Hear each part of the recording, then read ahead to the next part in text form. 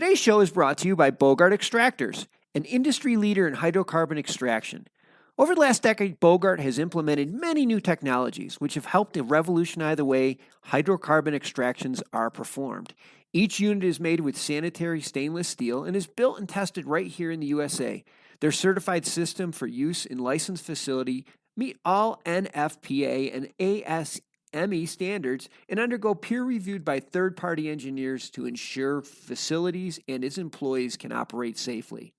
Beyond simply making a functional extractor, Bogart has many additional features which make extraction faster and more cost-effective compared to other manufacturers. These features include hydrocarbon failing films to supercharge evaporation rates, heavy-duty explosion-proof pumps for flammable liquids and vapors, industrial chillers capable of maintaining large tanks of solvent at temperatures below 60 Celsius. They also offer extensive tech support and consultation services. So whether you need to set up an extraction lab from scratch or you just need some replacement gaskets, give them a call at 855-553-3887 or check out their website at www.bogart.com.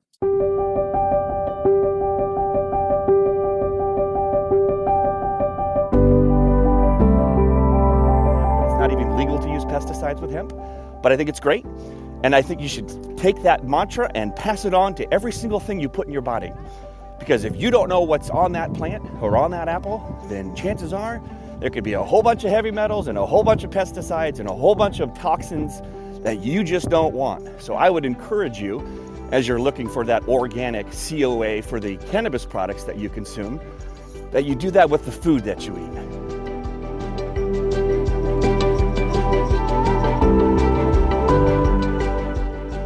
Welcome to the Miracle Plant Podcast, the show that inspires, promotes, and gives you a daily dose of inspiration from the people who have used cannabis to change their lives in extraordinary ways. Here's your host, Justin Benton. Welcome back to the Miracle Plant Podcast, where we discuss this miracle plant with so many names and how it's helping people in so many extraordinary ways.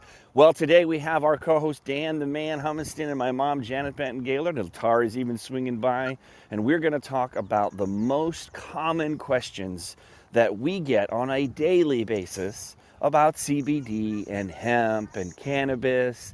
There is just so much confusion, and there's a lot of information out there, and some of it's accurate and some of it's not.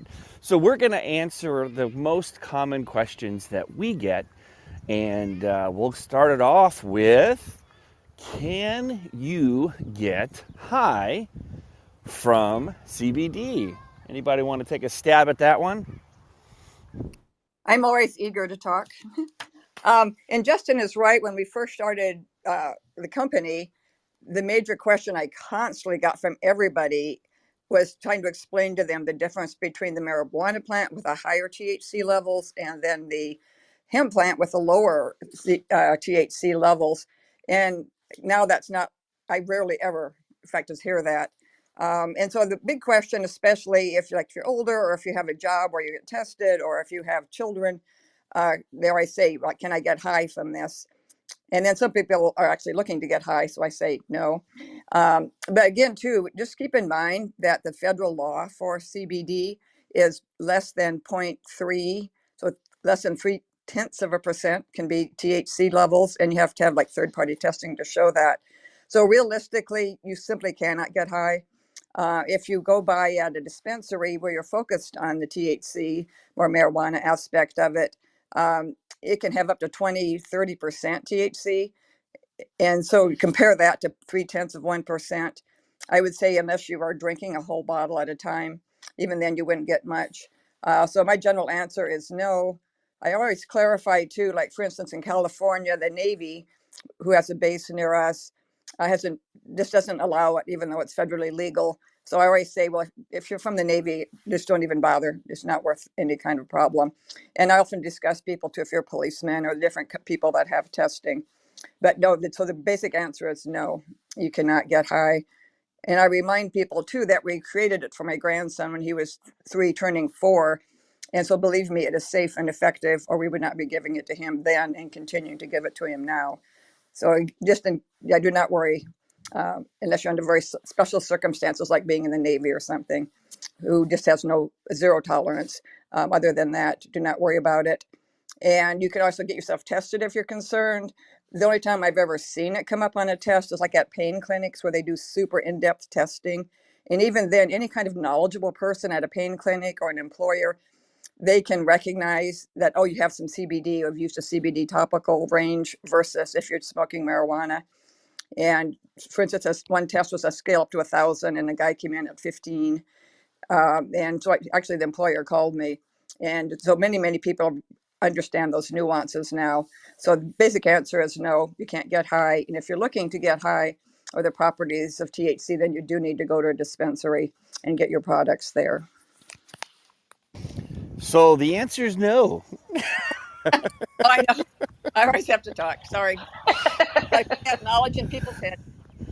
Yeah, well, everyone looks at everything differently, that's for sure. Some people love they want to know what time it is, and they look at their watch, and some people want to know how that watch works. Some people want to take a test drive and punch that gas.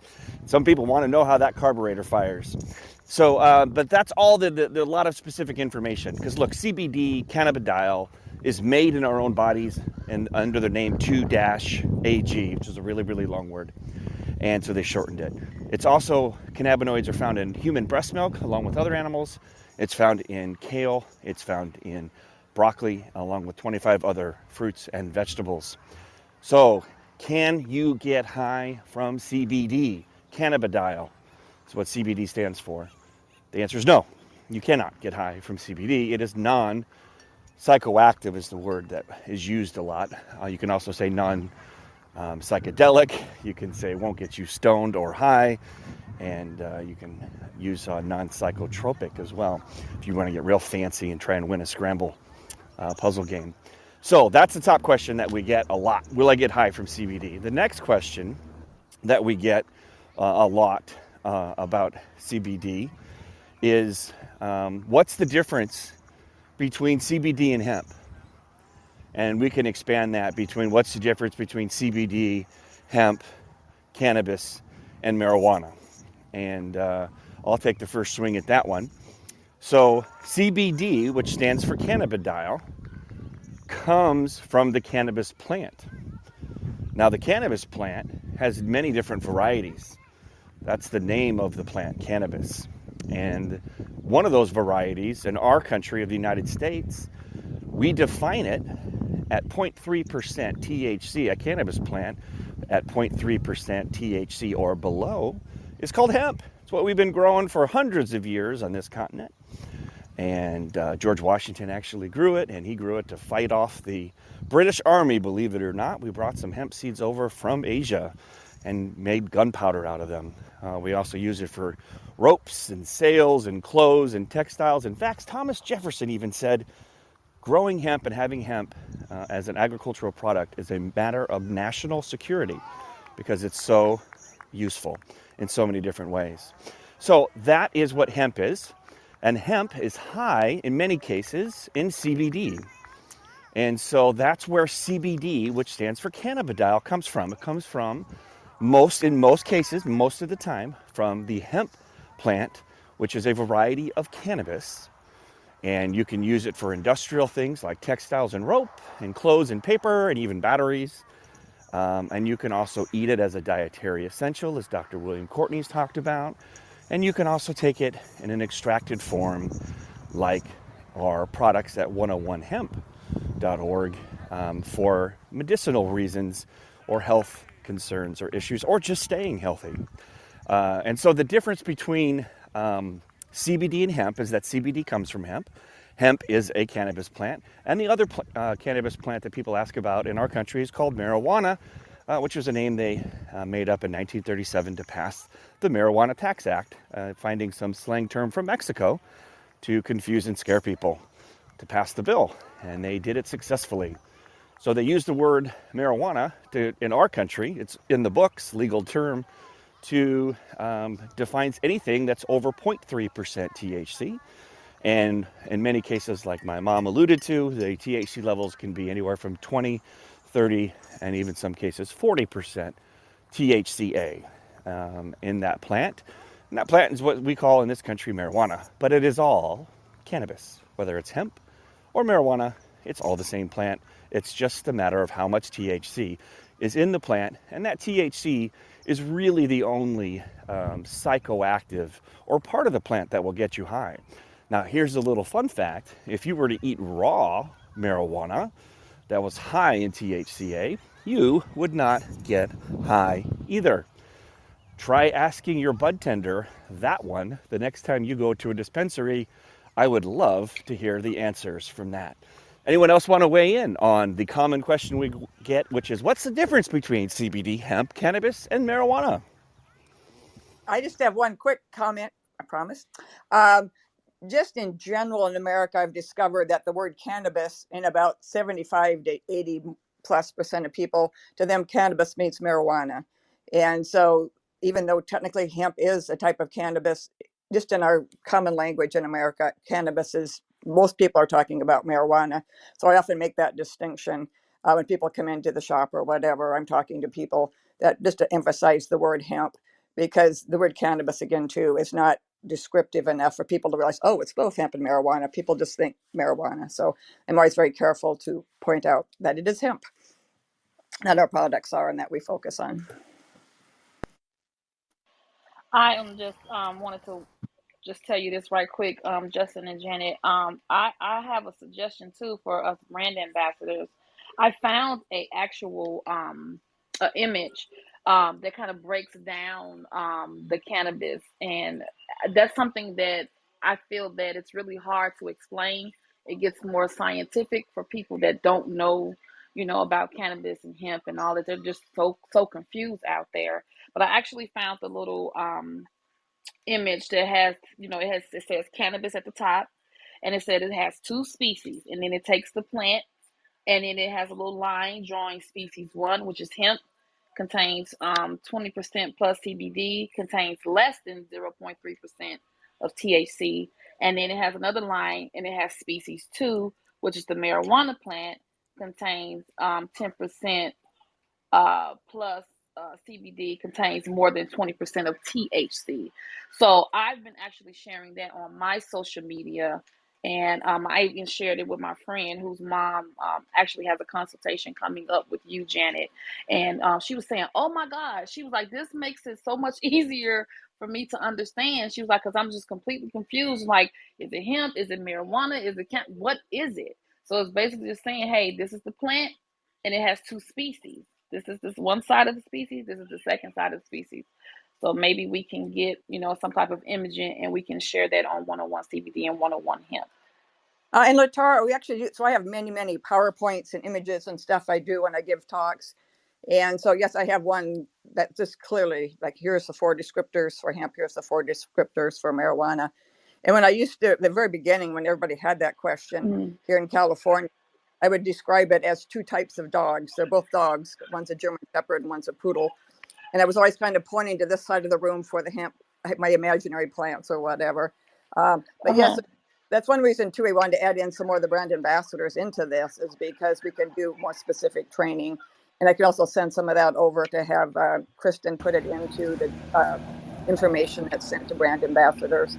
I think that would definitely be a great one to share, because the world is changing and people are learning more about cannabis, and they do have more common questions. So this is a great topic, and I wish more brand ambassadors was actually in the room right now. Totally agree. Next, just very interesting. Yeah, that maybe we can make that part of something they get rewarded for, is attending this or reading it. And I'm also working on just having an actual information, like different PowerPoints or talks, and then having them take a quiz at the end so that they can show that they have the basic knowledge. Janet, I really like that, suggesting that, or comparing cannabis to dogs, because that, to comment on what Latara just said, I run into that a lot of times when I'm explaining it to for instance, my mom's friends, and they just can't grasp the concept that that this is a dog, and there are all these different types of dogs. And some of these dogs are high in CBD and really low in THC. And some of the dogs are really high in THC and not so high in CBD. And the dogs with high CBD, low THC, you can't get high with. They can't. I love that. I think that's a great comparison because it makes it, for some reason, people just can't get their head around the fact that there's more than one plant or more than one species within the cannabis, under the cannabis umbrella. It's because of what they've been taught, kind of what Justin has said. When you look at the term marijuana, that's the negative context. So for me, I think that it's definitely very important to highlight the difference between the subspecies within the plant, but definitely making the point that this is cannabis. It's not a marijuana plant, it's a cannabis plant. And the plant that you're working with is another species of cannabis plant. Just as you have an apple, you have red apples, you have Granny Smith apples, you have, there's all types of different apples, so people just have to understand that there's a variety, and it's our duty to teach them, especially if we're going to be educators and leaders. We have to do our due diligence in teaching them the difference, and we can't just run with society's thought process and like, oh, well, this is what they just think. Well, it's our duty to guide them in the right direction. Me as a community leader, that's the role I take on. So I take on that task. That's wonderful. And again, too, our media so controls everybody's thinking. And so again, too, sadly, though scientifically hemp and marijuana both go under cannabis, it just seems like the cannabis has been kind of pushed over into meaning marijuana. And so that's why so often I have to explain that difference. And I think we all do, especially like we talk about Dan's talking about an older generation or just people that are totally unaware of it, that there is a difference. And so, no, it's a very basic topic. But again, too, obviously, it's a huge topic that we still have a lot of information to clarify with people. Absolutely. And Darlene, you're on stage here as well. We're recording live the Miracle Plant podcast, where you find your Apple and Spotify podcasting. And I know, Darlene, you're a little new to the CBD game, or at least you're new to our CBDA game. Do you have some of these questions? Have these brought any clarity to you? Do you still have questions about the topics that we're talking about, or a question along those lines? Hi, everybody. This is Darlene. I'm from Florida, the bipolar state, and I'm here to grow with y'all. I've been in the CB state space since about 2019, and I came in late, and I heard y'all talking about testing positive and negative. And after 6 months of taking CBD, I went to the doctors, and of course, I asked him, I said, when are you going to give me another what do you call it, a test to see whether you're on drugs or whatever. And he said, well, probably next month. I guess he was just trying to, just throw that out there. But I said, I want you to give me one now. And then I laughed and I said, I bet you've never had anybody ask for a test. And anyway, so that was funny. But he did give me a test. And next month when I went to the doctors, he told me it came back showing nothing was in it. So I'm sure that probably doesn't happen with everybody. I'm sure some people might show positive, but I didn't. And like I said, I just wanted to share that with y'all. Yeah, that's a great question, and I'm glad you were to share that, because that was really where I was leading. That is the top 3 questions. So that's number 3. So you led into it perfectly. Will I fail a drug test? And like you just said and explained in your situation, you didn't test positive, but not all CBD is created equal. And so we need to make sure that you know how much THC is in your product. There's different types of products. There's these things called isolates, which, if you think of the word isolate, means they isolate all of the CBD compound, and it turns into this white powder from a green, beautiful plant.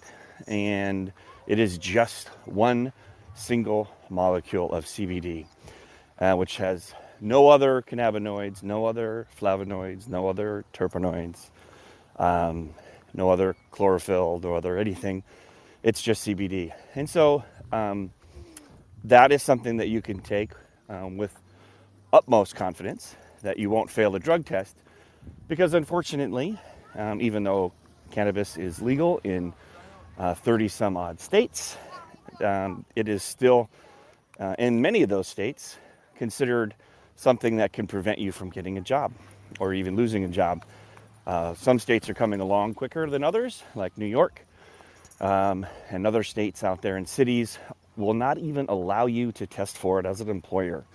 So I applaud those efforts, because as we all know, THC can stay in the fatty cells of the body for anywhere from, weeks, in some cases even months.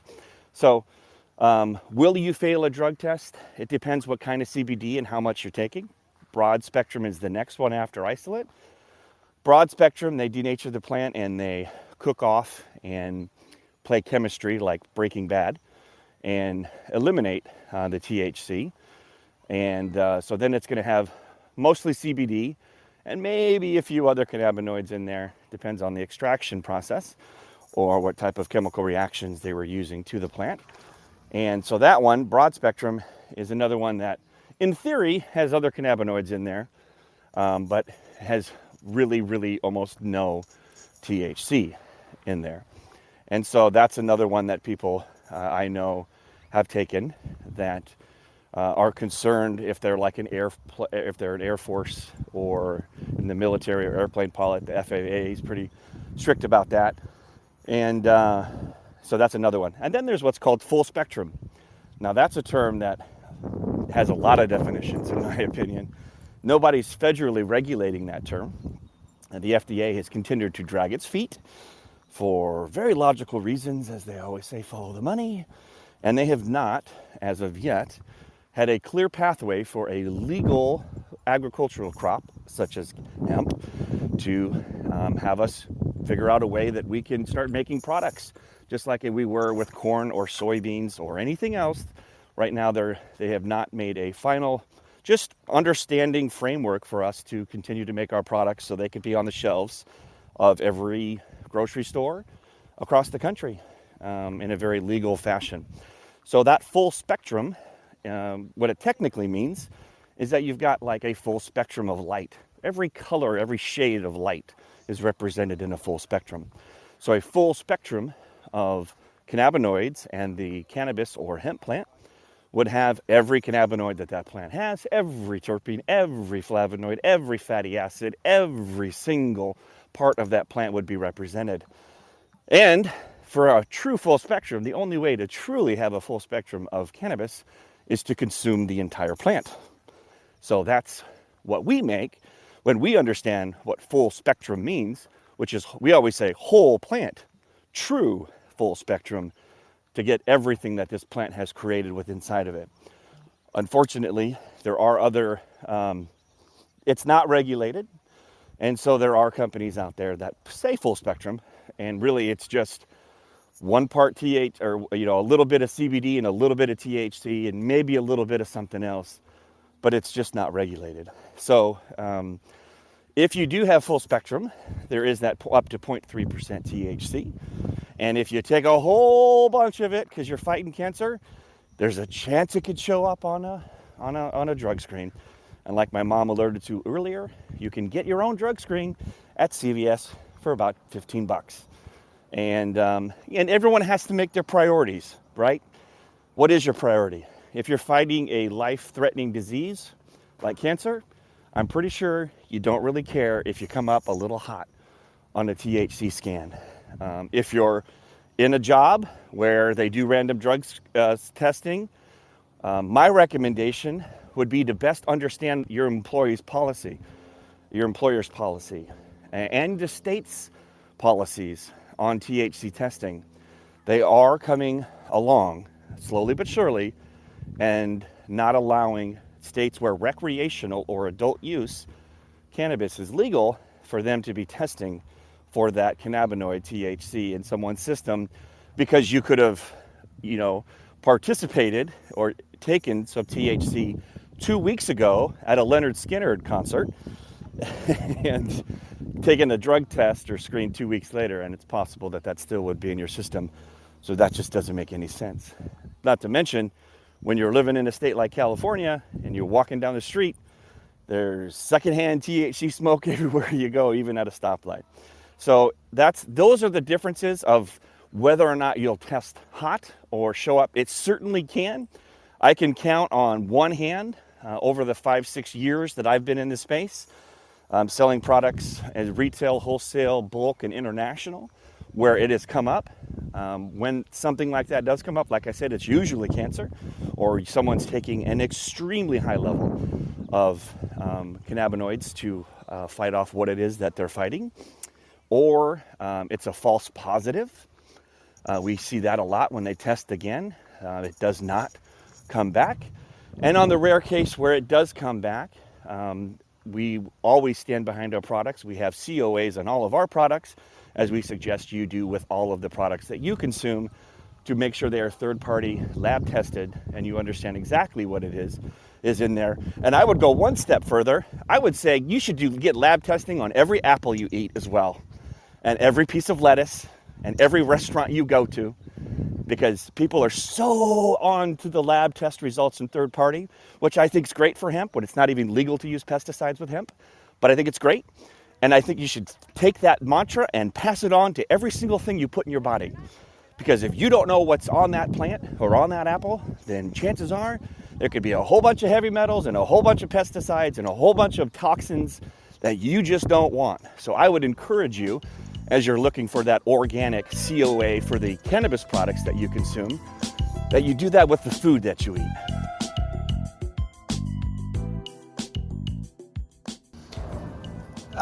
Justin, I was going to maybe dovetail off of that, because I know another question that I get is, will this affect any other medicine that I'm taking right now?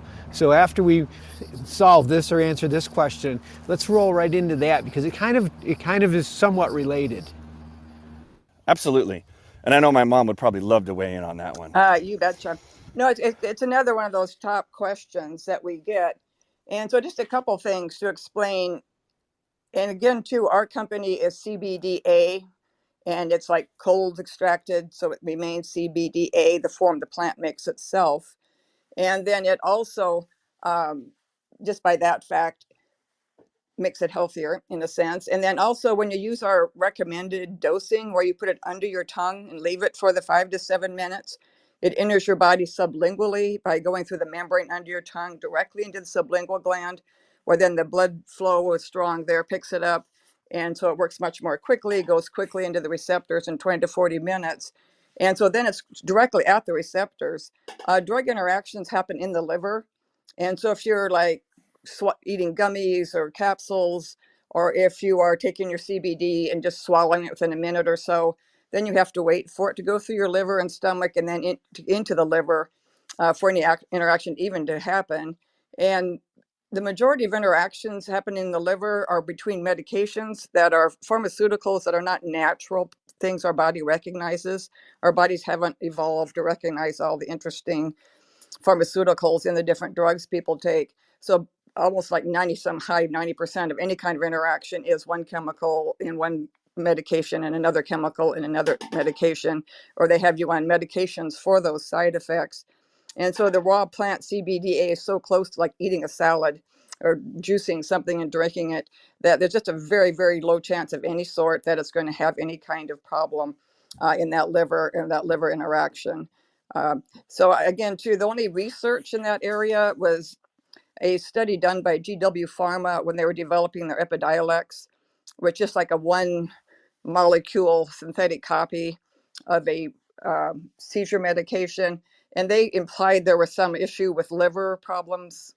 And all the other research shows not true. And it was also super high dosing of this synthetic CBD. So again, too, there's no research out there in PubMed or anywhere showing any side effects or problems or drug interactions, especially with the raw CBDA taken sublingually.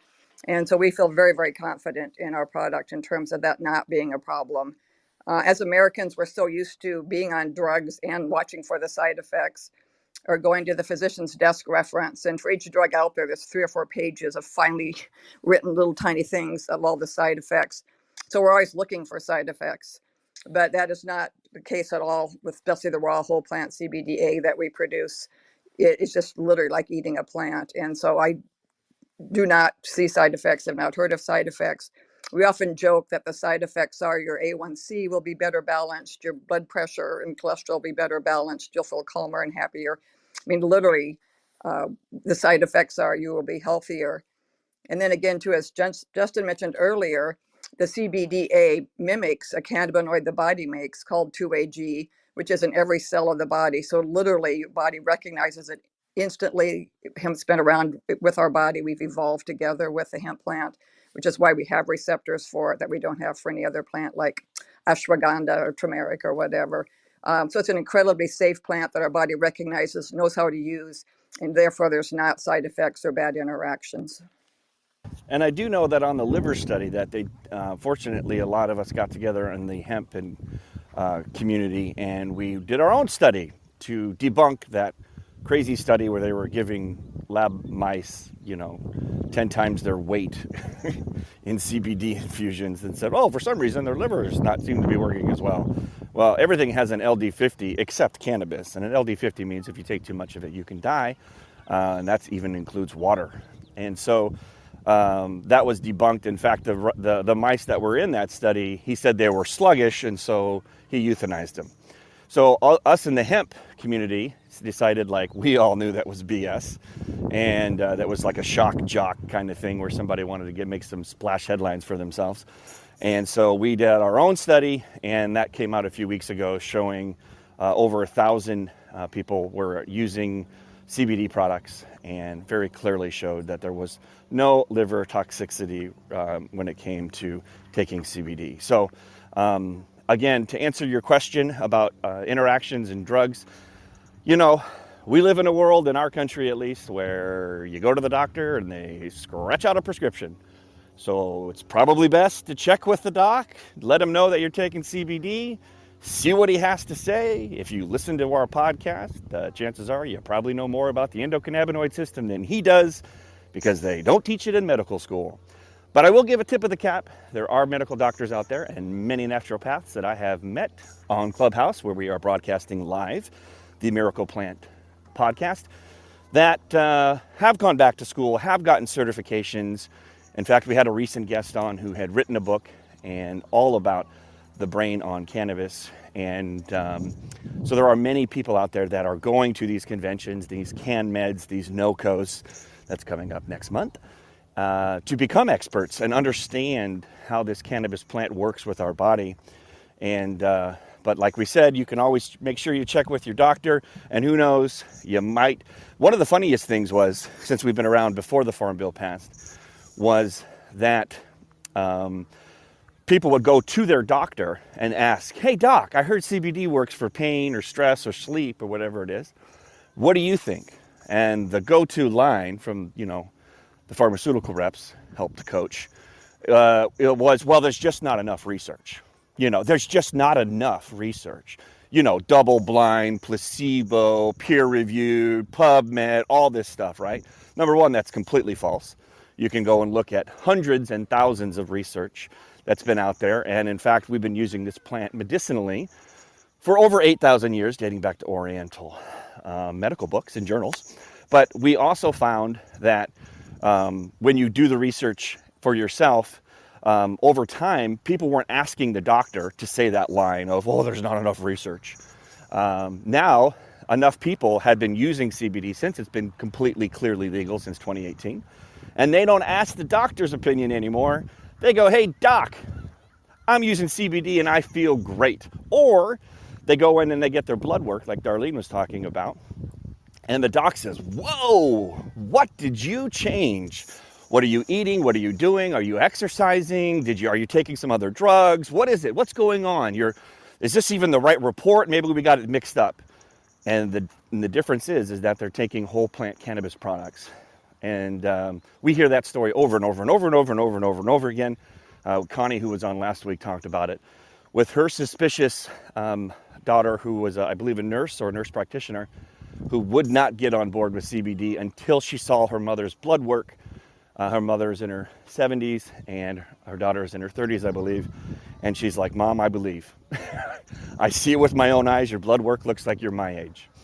And so as far as drug interactions, yes, we live in a country that is all about, unfortunately, making money off healthcare or sick care.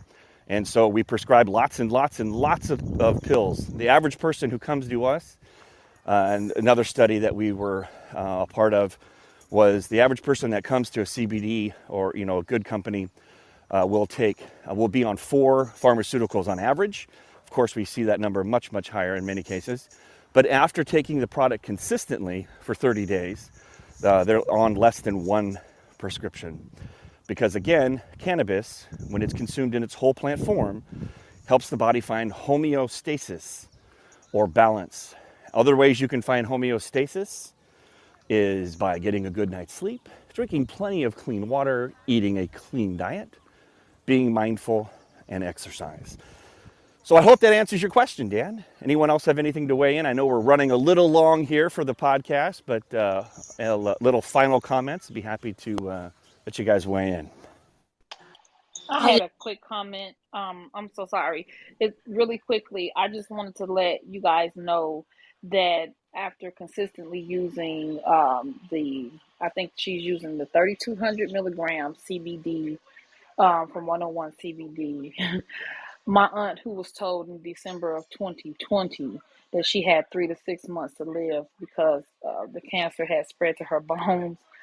She had I think a bone scan done like last week, and she just got the results yesterday. She called me and she said, my doctor told me that they don't see any signs of cancer in my bones, and he doesn't understand why. She's getting a kick out of not telling him that she's been using the CBD. And I'm like, okay, that's your journey. That's how you want to do it, because she's just like, this is the proof of what you guys have been saying. And I just wanted to share that. So literally, she was told she had 3 to 6 months to live, breast cancer for the 3rd time, that the cancer had spread it to her bones. It was in her bone marrow, I believe. And she just got the report back that she's cancer free. There you go. That's awesome. And that's and those kinds of stories are why we started the Miracle Plant podcast. And those kinds of stories are the reason that we're on a mission. And because we obviously created our product trying to figure out a solution for our son who had severe autism development. And which was amazing, right? We find this plant. Dr. William Courtney talks about juicing it for cannabis. It makes sense with our holistic views of the whole plant, keeping it raw, local, organic, and eating the plant. And our prayers were answered. We set up a little .org to help other families access to the same information, education, teach them how to grow it in their backyard. But when we started seeing people come to us, first it was autoimmune diseases, fibromyalgia, neuropathy, rheumatoid arthritis. But when we started seeing people have that kind of story with cancer, that's what really changed the game for me personally. I was just like, okay, this is nuts. Like, why doesn't everybody know this? And unfortunately, I think most of us know why. Everybody hasn't heard these stories, in our country at least. Why wouldn't these stories be on billboards? Why isn't this common knowledge like aloe vera helps with sunburn? Why doesn't everybody know that when you take whole plant cannabis, that it shrinks tumors? Now you can listen to stories of how it's done it, or you can actually look at the research, and you can go to pubmed.gov. Go ahead and search it. It's a fact. And unfortunately, we live in a country that is suppressing this information from getting out. And they have a system set up with the FDA and Big Pharma that we're supposed to do these billion-dollar tests and all these kinds of things. Look, this is a plant. It's not a pharmaceutical. The Farm Bill clearly has made hemp legal in our country, just like apples and tomatoes and corn. And we'll just keep telling our story. We'll just keep sharing our message. We'll just keep having the Miracle Plant podcast and helping educate people until everyone thinks of this miracle plant for what it is and what it can do to help our bodies help itself, just like we think about aloe vera and sunburn. So with that being said, I do want to thank everybody for swinging by the Miracle Plant podcast, listening to some of the most common questions, that we get day after day, year after year, and I hope this answered some questions for you. If it didn't, then reach out to us. You can just go to the website, themiracleplant.org, and reach out to us, send us an email, or any of that good stuff. But again, we'll be here every Saturday at 10 a.m. Pacific, so you can ask your question just like you heard today. And at the end of every Miracle Plant podcast, we count to 3 and we scream out, heal the world, because that's what our mission is, to pay this forward for what this Miracle Plant did for my family, and now paying it forward to families, because there's people out there that are in dire need of a miracle. So on the count of 3, let's say heal the world, and welcome everyone. Come back next week for Miracle Plant podcast, 10 a.m. Pacific, Clubhouse, every single Saturday. 1, 2, 3. Heal the world! Thanks for tuning in. See you next week at the Miracle Plant Podcast. Love you all. Bye-bye. Love you all.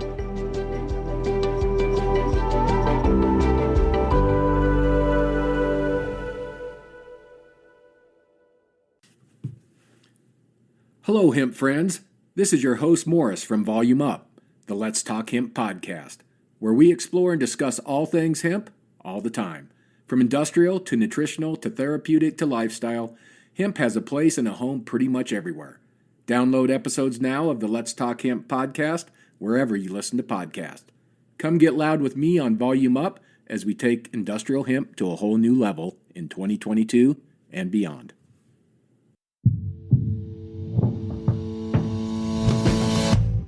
Tell me, boy, you make me so bored.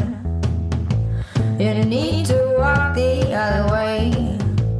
I tell you once more. Please get out of my way. I don't want you no more.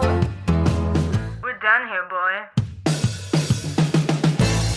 I know you think you're so fine, but you can't see it. I've been wanting to